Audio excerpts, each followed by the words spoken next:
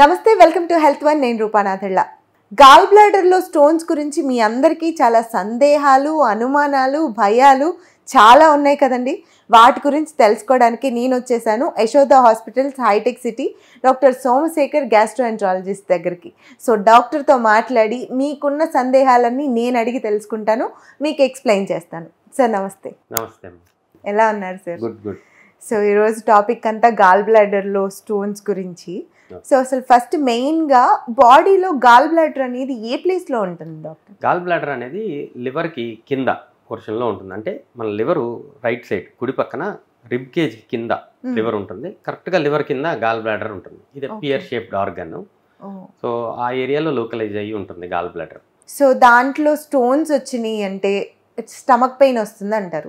Stomach pain చాలా రకాలుగా వస్తుంది. గ్యాస్ ప్రాబ్లం ఉన్నా వస్తుంది, ఇంకేదన్నా ప్రాబ్లం ఉన్నా వస్తుంది. మరి ఈ పెయిన్ పర్టికులర్గా గాల్ బ్లాడర్లో స్టోన్ ఉండడం వల్లే వస్తుంది అని ఎలా తెలుస్తుంది?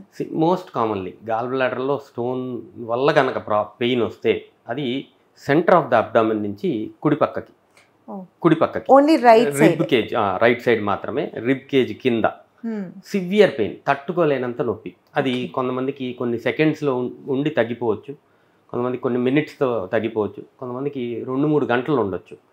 ఈ నొప్పి రైట్ సైడ్ భుజానికి కానీ వీపులోకి కానీ రేడియేట్ అయ్యే అవకాశం ఉంటుంది. ఇది టిపికల్గా ఎలా వస్తుంది అంటే ఏదైనా హెవీ ఫుడ్, మంచి ఆయిలీ ఫుడ్, ఫ్యాటీ ఫుడ్ తిన్న తర్వాత 1-2 గంటల తర్వాత సివియర్ పెయిన్ వస్తుంది. ఇవన్నీ typical features of gall bladder stone pain. ఈ నొప్పి గాల్ బ్లాడర్ స్టోన్ వల్ల వచ్చింది అనేది తెలుసుకుంటానికి ఈ టిపికల్ ఫీచర్స్ అన్నమాట, టిపికల్ సైన్స్. సో దీంతో పాటు ఈ నొప్పితో పాటు కొంతమందికి వామిటింగ్ సెన్సేషను, కొంతమందికి వామిటింగ్ కూడా అయిపోయే అవకాశం ఉంటుంది. సో ఇలాంటి సిమ్టమ్స్ గాల్ బ్లాడర్ స్టోన్ వల్ల పెయిన్ వచ్చింది అని మనం క్లియర్గా తెలుసుకోవచ్చు. గాల్ బ్లాడర్ కడుపులో నొప్పి రావడానికి మల్టిపుల్ రీజన్స్ ఉంటాయి. మోస్ట్ ఇంపార్టెంట్గా అప్పర్ అబ్డామిన్లో పెయిన్ వచ్చినప్పుడు మనం ముఖ్యంగా 3 గురించి ఆలోచించాలి. ఒకటి పెప్టిక్ అల్సర్ డిసీజ్, అంటే పొట్ట లోపల అల్సర్ ఉంటే నొప్పి వచ్చింది అనేది ఒకటి most common. Second gall bladder stone వల్ల పెయిన్ రావటం. మూడోది ప్యాంక్రియాస్ అనే ఒక గ్రంథి ఉంటుంది, దాంట్లో వాపు వస్తే కనుక నొప్పి వచ్చే అవకాశం ఉంటుంది. ఈ మూడింటిని డిఫరెన్షియేట్ చేయడం చాలా చాలా ఇంపార్టెంట్. మనకి కడుపులో నొప్పి, అప్పర్ అబ్డామిన్లో పెయిన్ ఉంది అంటే ఈ 3 చాలా ఇంపార్టెంట్. ఈ మూడింటిని డిఫరెన్షియేట్ చేసుకోవడానికి ఫస్ట్ మనం ఒకవేళ గాల్ బ్లాడర్ స్టోన్ వల్ల నొప్పి అంటే ఆహారం తీసుకున్న తర్వాత కుడి పక్కన విపరీతమైన నొప్పి, ఈ నొప్పి భుజానికి రేడియేట్ అవుతూ వామిటింగ్ సెన్సేషన్ రావటం. ఇది ఆహారం తీసుకున్నాక ఒక 1-2 అవర్స్ తర్వాత, అది కూడా మోస్ట్ ఆఫ్ ద టైం మంచి ఆయిలీ ఫుడ్ తీసుకున్నప్పుడు ఎక్కువగా స్టిమ్యులేట్ అవుతుంది. హెవీ ఫుడ్ అప్పుడు గాల్ బ్లాడర్ బాగా స్టిమ్యులేట్ అయ్యి పెయిన్ వచ్చే అవకాశం ఉంటుంది. ఇది గాల్ బ్లాడర్ పెయిన్ స్టోన్ వల్ల వచ్చే పెయిన్.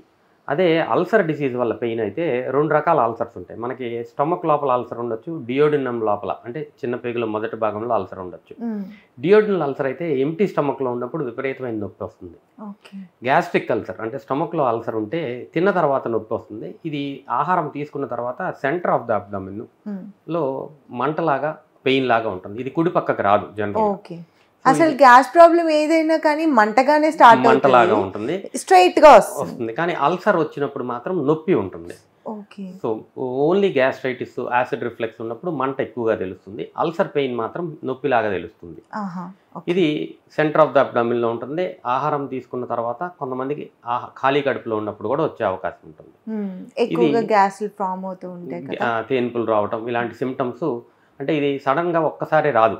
దీనికి సిమ్టమ్స్ అంతకు ముందు కూడా మంటలాగా ఉండటం, ఇలాంటి గ్యాస్ట్రిక్ సిమ్టమ్స్ అంతకు ముందు కూడా ప్రివేల్ అయ్యి ఉంటాయి వేళల్లో. పట్టించుకోకపోవడం వల్ల అది కాస్త హెవీ అల్సర్ అయ్యే అవకాశం ఉంటుంది. సో ఇది డిఫరెన్షియేట్ చేయగలటానికి మనకి ఇంపార్టెన్స్ ఉంటుంది.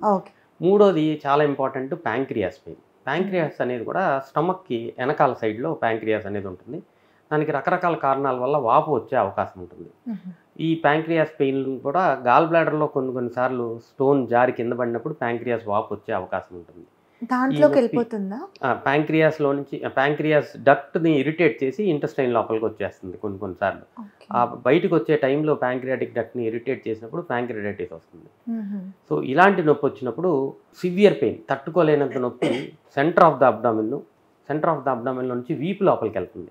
ఒక కత్తితో పొడిచినట్టు మనకు ఆ నొప్పి సివియర్గా తెలుస్తుంది. అంత సివియర్ పెయిన్ అబ్డామిన్ ఉంటుంది.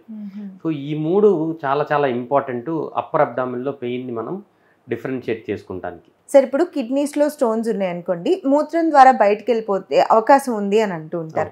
మరి ఇప్పుడు గాల్ బ్లాడర్లో స్టోన్స్ కూడా అవకాశం ఉంటుందా? అలాంటి అవకాశం ఉండదమ్మా.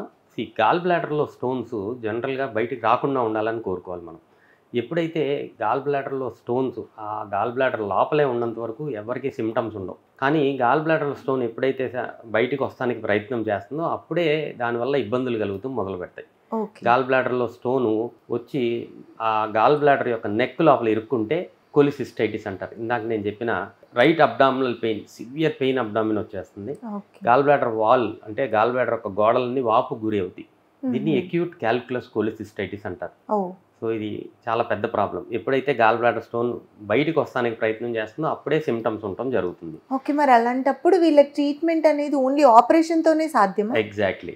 సో గాల్ బ్లాడర్లో స్టోన్స్ ఉన్న వాళ్ళందరికీ ఆపరేషన్ అవసరం ఉండదు. నేను ఇందాక చెప్పినట్టు ఈ బైల్ డక్ట్ లోపల నుంచి ఆ గాల్ బ్లాడర్లో నుంచి నెక్ ఆఫ్ ద గాల్ బ్లాడర్లోకి స్టోన్ ఇరుక్కుంటే విపరీతమైన నొప్పి వచ్చే అవకాశము. కొన్నిసార్లు ఈ నెక్లో నుంచి జారి బైల్ డక్ట్ లోపల ఇరుక్కునే అవకాశం ఉంటుంది. అప్పుడు జాండీస్, విపరీతమైన నొప్పి, చలి జ్వరం, ఇలా కొలాంజైటిస్ అంటారు, ఇలా వచ్చే అవకాశం ఉంటుంది. రకరకాల సింప్టమ్స్. ఇదే స్టోను జారుకుంటా కిందకి వెళ్ళిపోయి ఇంటెస్టైన్ లోపలికి దాని ఎగ్జిట్ రూట్ ఉంటుంది. అలా వెళ్ళేటప్పుడు ఆ ఏరియాలో ప్యాంక్రియాటిక్ డక్ట్ వచ్చి జాయిన్ అవుతుంది. దాన్ని వాపుకు గురి చేస్తే సివియర్ ప్యాంక్రియాటైటిస్ వస్తుంది. ఏ ప్రాబ్లమ్స్ వచ్చినా complications of gall bladder stones ఇవన్నీ. సో ఎప్పుడైనా సరే గాల్ బ్లాడర్ స్టోన్స్ ఉన్న వాళ్ళందరికీ ఆపరేషన్ అవసరం ఉండదు. ఇలాంటి కాంప్లికేషన్స్, నేను చెప్పిన 3 కాంప్లికేషన్స్ ఏదైనా వస్తే గాల్ బ్లాడర్ అనేది కంపల్సరీ రిమూవ్ చేయాల్సిన అవసరం ఉంటుంది. సో గాల్ బ్లాడర్లో స్టోన్స్ ఉన్న వాళ్ళందరికీ ఆపరేషన్ అవసరం ఉండదు. 20% మందికి మాత్రమే జీవితంలో ఎప్పుడో ఒకసారి ఇలాంటి సిమ్టమ్స్ వచ్చే అవకాశం ఉంటుంది. మరి గాల్ బ్లాడర్లో స్టోన్ వచ్చింది అనుకోండి, మరి దాన్ని ఆపరేషన్ లేకుండా ఎలా క్యూర్ చేస్తారు? గాల్ బ్లాడర్లో స్టోన్స్ ఏ సిమ్టమాటిక్గా ఉన్న రోజులు మనం ట్రీట్ చేయాల్సిన అవసరం లేదు. సిమ్టమ్స్ ఉన్న వాళ్ళకి గాల్ బ్లాడర్ రిమూవలే ట్రీట్మెంట్. సో కానీ కొన్ని రకాల మందులు ఈ గాల్ బ్లాడర్ స్టోన్స్ రావడానికి ముఖ్యమైన కారణము కొలెస్ట్రాల్ గాల్ స్టోన్స్. 90% గాల్ బ్లాడర్లో స్టోన్స్ కొలెస్ట్రాల్ క్రిస్టల్స్ తయారై ఉంటాయి. మనం తినే ఆహారంలో ఎక్కువ శాతం ఫ్యాట్ ఉండటం వలన ఆ ఫ్యాట్ బైల్లో ప్రెసిపిటేట్ అయ్యి బైల్ డక్ట్లో ఈ స్టోన్స్ లాగా ఫామ్ అవుతుంది జరుగుతుంది. సో ఎక్కువ సిమ్టమ్స్ ఏమీ లేకుండా గాల్ బ్లాడర్ స్టోన్స్ ఉన్న వాళ్ళకి మనం మెడికల్ మేనేజ్మెంట్ సజెస్ట్ చేయొచ్చు. ఎలా సజెస్ట్ చేస్తాము అంటే మన డైట్లో ఆయిలీ ఫ్యాటీ ఫుడ్స్ తగ్గించి తీసుకుంటాం. కొన్ని రకాల మెడికేషన్స్ ఉంటాయి మనకి. బైల్ యాసిడ్స్లో అర్సోడియాక్సికోలిక్ యాసిడ్ అనేది ఒక గుడ్ బైల్ యాసిడ్ అనమాట. ఈ బైల్ యాసిడ్ని మనం సప్లిమెంట్ చేసి ఆ గాల్ బ్లాడర్ స్టోన్స్ కరిగిస్తానికి కొన్నిసార్లు మందులు ఇవ్వడం జరుగుతుంది. అయితే ఈ మందులు ఇచ్చినంత మాత్రాన అందరికీ గాల్ బ్లాడర్ స్టోన్స్ తగ్గిపోవు. ఎందుకంటే గాల్ బ్లాడర్ స్టోన్స్ రావడానికి మనం తినే ఆహారము, ఎన్వైరన్మెంటల్ ఫ్యాక్టర్స్ కాకుండా జెనెటిక్ ఫ్యాక్టర్స్ కూడా వన్ ఆఫ్ ద కారణం ఉంటుంది. అంతకు ముందు వీళ్ళ పేరెంట్స్కి కానీ గ్రాండ్ పేరెంట్స్కి కానీ ఉంటే వీళ్ళకి ఉండొచ్చు. సో ఆ జీన్ ఎఫెక్ట్ వల్ల ఇలా కొంతమందికే మనం గాల్ బ్లాడర్ స్టోన్స్ చూస్తూ ఉంటాం. సో ఇవన్నీ మల్టిపుల్ ఫ్యాక్టర్స్ వల్ల గాల్ బ్లాడర్ స్టోన్స్ వస్తాం జరుగుతుంది. ఇది మోస్ట్ కామన్. అలా కాకుండా కొన్ని రకాల ఇన్ఫెక్షన్స్ గాల్ బ్లాడర్లో, బైల్ డక్ట్లో కొన్ని ఈ బ్యాక్టీరియాలు, కొన్ని ప్రోటోజోవాలు ఇన్ఫెక్షన్స్ ఉంటాయి. కొంతమందికి దీర్ఘకాలికంగా ఇన్ఫెక్షన్స్ ఉన్న వాళ్ళకి కూడా గాల్ బ్లాడర్లో స్టోన్స్ వచ్చే అవకాశం ఉంటుంది. తక్కువ శాతం మందిలో మనం ఇలాంటివి చూస్తూ ఉంటాం. But most important cholesterol gall stones, దానికి జెనెటిక్ ప్రీ డిస్పోజిషన్ అనేది ఉంటుంది కాబట్టి సో అది మనం మార్చలేము. కానీ ఈ టాబ్లెట్స్ ఇస్తే కొంతమందికి స్టోన్స్ తగ్గే అవకాశము, లైఫ్ స్టైల్ ఆహారం నియమాలు పాటిస్తే స్టోన్స్ కరిగే అవకాశము ఉంటుంది. ఒకవేళ దీనివల్ల సాధ్యం కాలేదనుకోండి కొంతమందికి లాంగ్ రన్ లో ఏదో ఒక రోజు ఎప్పుడో ఒకసారి ఆపరేషన్ చేయాల్సిన పరిస్థితి పడుతుంది. అందరికీ ఉండదమ్మా.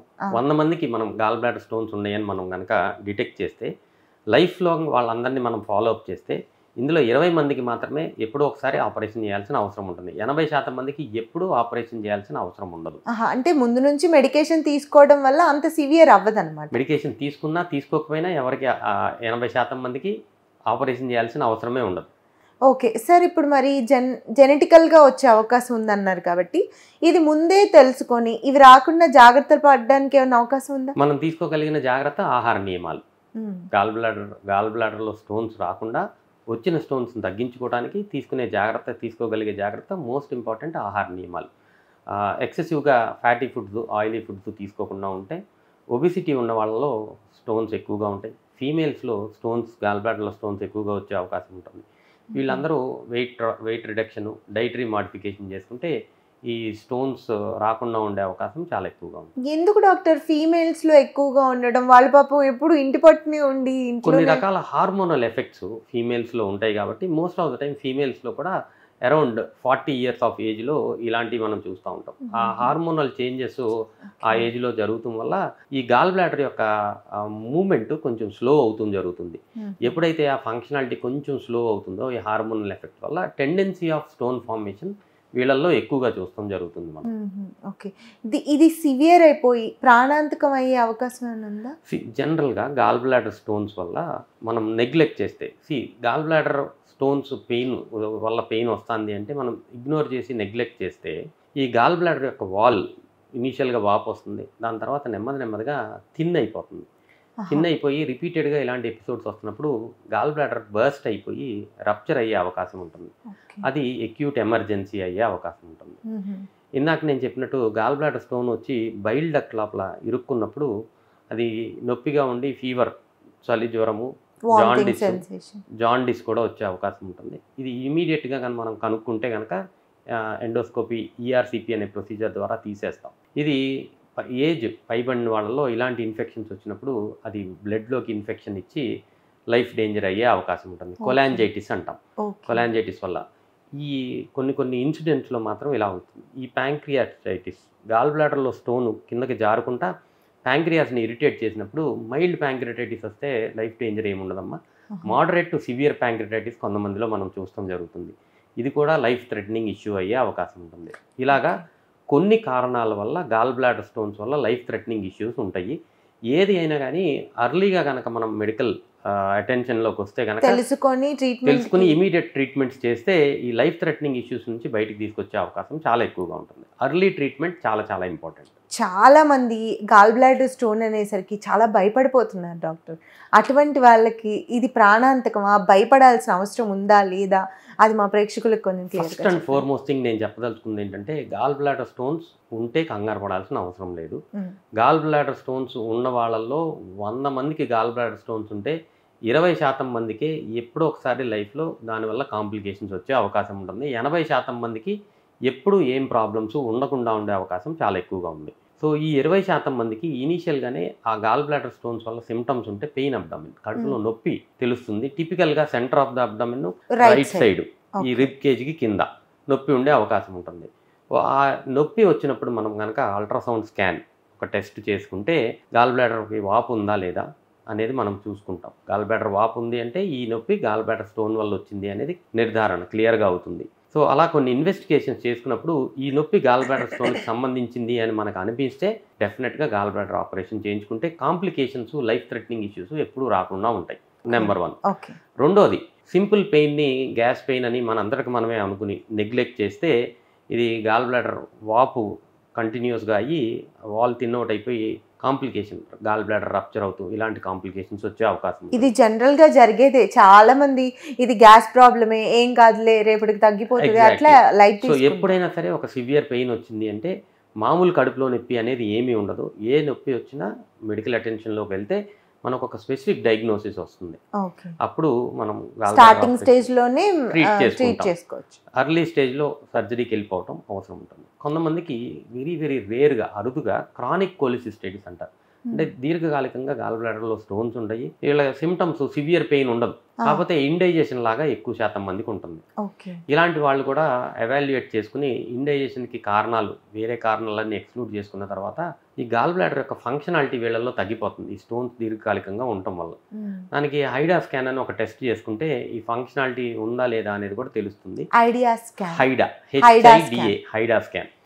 ఈ functionality of the gall bladder లేదు అంటే వాళ్ళకి కూడా గాల్ బ్లాడర్ రిమూవ్ చేస్తాం మంచిది. సో ఇలా డిఫరెంట్ టైప్స్ ఆఫ్ ప్రెజెంటేషన్స్ లో గాల్ బ్లాడర్ స్టోన్స్ ఉంటాయి. సార్ గాల్ బ్లాడర్ రిమూవ్ చేసేస్తారా? గాల్ బ్లాడర్ రిమూవ్ అప్పుడు ఏం ప్రాబ్లం ఉండదండి? డెఫినెట్గా ఉండదు. గాల్ బ్లాడర్ అనేది మన బాడీలో ఈ బైల్ అనేది లివర్లో, పిత్తం లివర్లో తయారవుతుంది. ఈ బైల్ జ్యూస్ అనేది మనకి డైజెషన్కి హెల్ప్ చేస్తుంది. ఈ గాల్ బ్లాడర్ ఈ ట్రాన్సిట్ టైంలో బైల్ని స్టోర్ చేసుకునే ఆర్గాన్. ఏ కారణం చేతైనా సరే ప్రాబ్లం వస్తే గాల్ బ్లాడర్ తీసేస్తే ఈ బైల్ స్టోరేజ్ ఫంక్షన్ అనేది బైల్ డక్ట్ అంటే పిత్తనాళం అంటారు, plus second part of the small intestine పేగు, ఈ ఫంక్షనాలిటీ అది తీసుకుంటుంది. So functionality of the gall bladder compromise అవ్వకుండా మ్యాక్సిమం 1 వీక్ నుంచి 1 మంత్ లోపు ఆ ఫంక్షనాలిటీని రీస్టోర్ చేసేసుకుంటుంది బాడీ. సో గాల్ బ్లాడర్ తీసేయడం వల్ల చాలా ప్రాబ్లమ్స్ అవుతాయి, ఇండైజెషన్ ప్రాబ్లమ్స్ వచ్చేస్తాయని చాలా థ్రెటనింగ్ ప్రాబ్లం వస్తుంది. అస్సలు ఉండదు. ఇది చాలా రాంగ్ అజంప్షన్.